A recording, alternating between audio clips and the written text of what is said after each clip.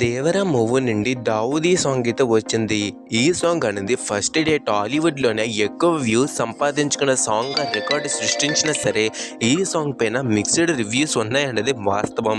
నిజం చెప్పాలంటే ఇందులో ఉన్న బీట్ బానే ఉన్నా, కాకపోతే అనిరుద్ నుంచి మాస్ సాంగ్‌కి ఆ బీట్ సరిపోలేదని, అంతేకాక స్టెప్స్ కూడా క్యాచ్‌గా లేవని అందరూ కూడా అనుకుంటున్నారు.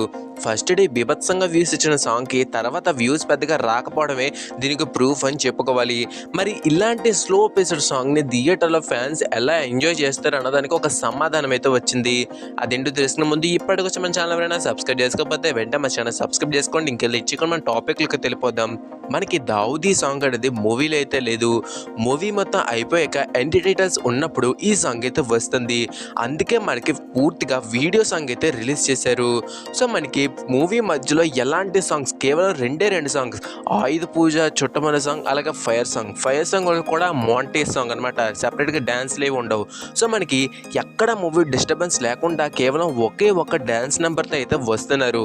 మరి థియేటర్‌లో ఏదో ఒక స్పెషల్ అపియరెన్స్ కోసం ఐటెమ్ సాంగ్ పెడితే తప్ప మళ్ళీ ఇంకొక సాంగ్ అయితే ఉండదు.